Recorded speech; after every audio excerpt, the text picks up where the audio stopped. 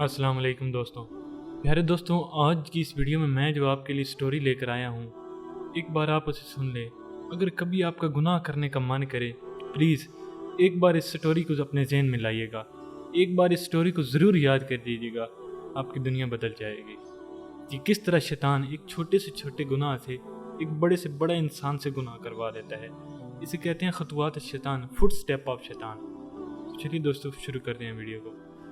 इस्लाम की आमद से पहले बनी इसराइल की एक कौम में बरसीसा नाम का एक शख्स रहता था, जो कि नहायत ही इबादत गुजार और परहेजगार बंदा था।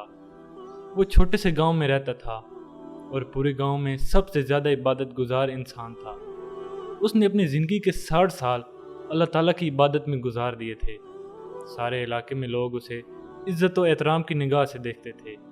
एक मरतबा बरसीसा के गांव के 3 नौजवानों को जंग पर जाने की नौबत पेश आई। उन तीनों की एक जवान और ख़ूबसूरत बहन भी थी, लेकिन ये अपनी बहन को अकेले छोड़कर जाने पर रज़ामंद न थे।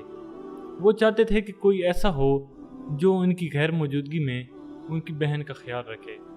लिहाजा गांव वालों ने उनको मशवरा दिया कि तुम अपनी बहन को बरसीसा के सरपरस्ती में छोड़ कर जाओ, क्योंकि वो नहायत मुत्तकी और परहेजगार इंसान है। इस मकसद के लिए ये सब मिलकर बरसीसा के पास गए और उस लड़की की रखवाली पर रजामंद करना चाहा। बरसीसा ने यह सारा माजरा सुनकर अपनी इबादत में खलल और दीगर परेशानियों के सबब उनको इनकार कर दिया। लेकिन इसी मौके पर शैतान ने बरसीसा के दिल में पहला वसवसा डाला।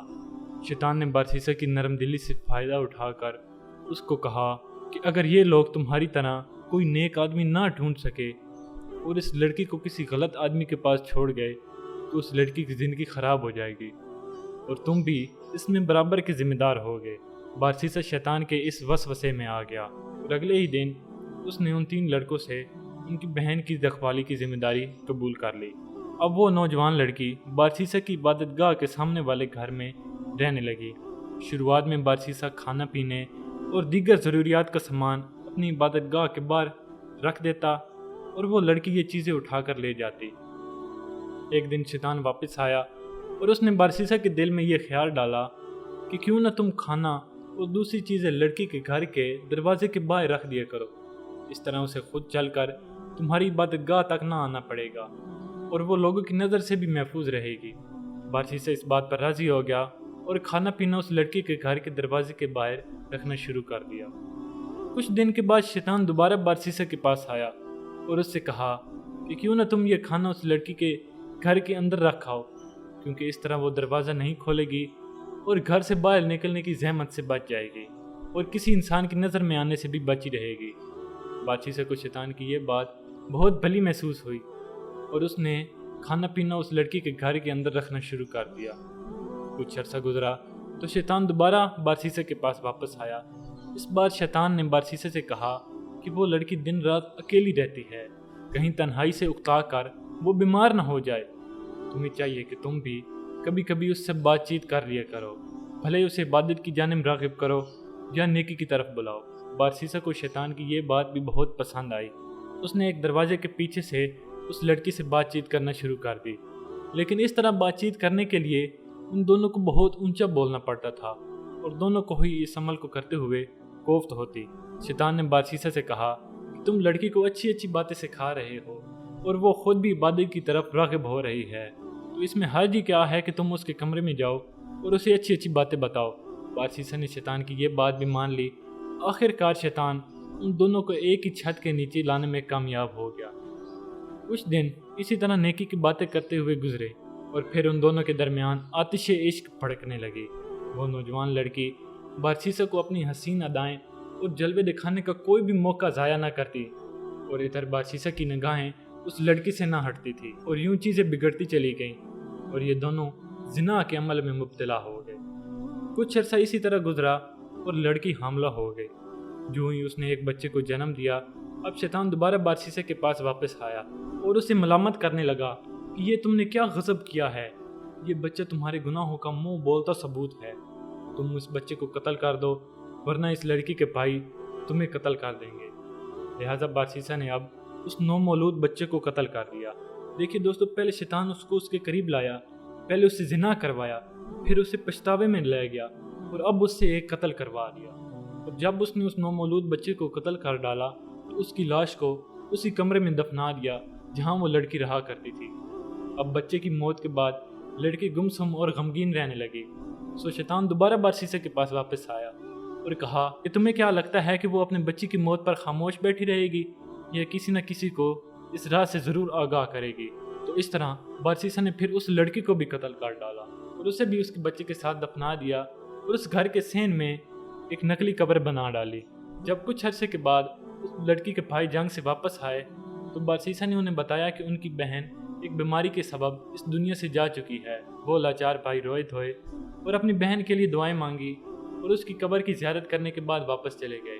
बारसीसा के तकवा और परहेजगारी की शोहरत ही कुछ ऐसी थी कि किसी ने उस पर शक ना किया।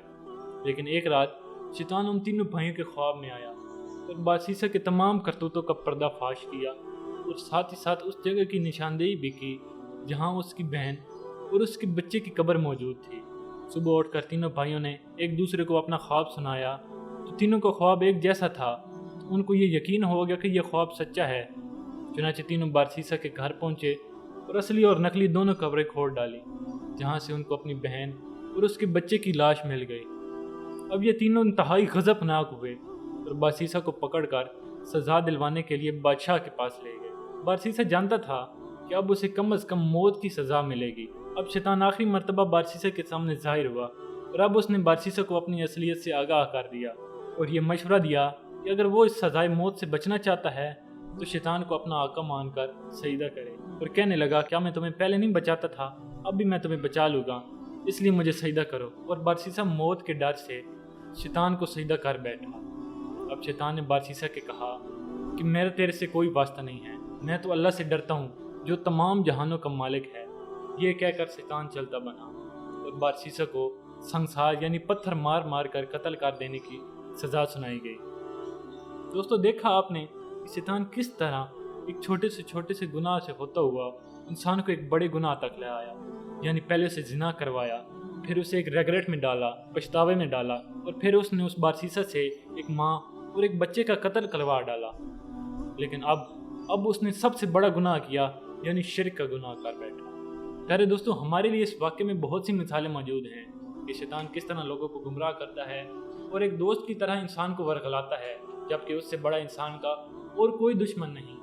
ये वाक़या हज़रत अली रज़ी अल्लाह तआला अन्हु, हज़रत अब्दुल्ला बिन मसूद रज़ी अल्लाह तआला अन्हु और इमाम इब्न कसीर वगैरह ने मुख्तलिफ अल्फाज के साथ सूरह हशर की इन आयात की तफसीर में बयान फरमाया, जिसका तर्जुमा कुछ यूँ है। और मिसाल उस शैतान की सी है कि वो आदमी से कहता है कि तू मुनकर हो जा, फिर जब वो मुनकर हो जाता है तो कहता है बेशक मैं तुमसे बरी हूँ, क्योंकि मैं अल्लाह से डरता हूँ जो सारे जहाँ का रब है। बस उन दोनों का अंजाम ये हुआ कि दोनों दोज़ख में होंगे और इसमें हमेशा रहेंगे, और यही ज़ालिमों की सज़ा है।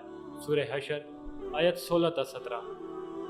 प्यारे दोस्तों, आपको हमारी ये वीडियो कैसी लगी और हमारी ये कोशिश कैसी लगी, इसके बारे में हमें कमेंट सेक्शन में ज़रूर बताइएगा। अगर वीडियो पसंद आई है तो लाइक करें, और अगर आप इसी तरह की हमारी और भी वीडियोस को देखना चाहते हैं तो हमारे इस चैनल को सब्सक्राइब कर दें और साथ ही बेल के आइकन को दबाकर ऑल पर क्लिक कर दें, जिससे नई अपलोड होने वाली वीडियोस का नोटिफिकेशन आपको मिल जाएगा। मैं मिलता हूँ इसी तरह की आपसे एक नई वीडियो में। Thanks for watching. अल्लाह हाफ़िज़।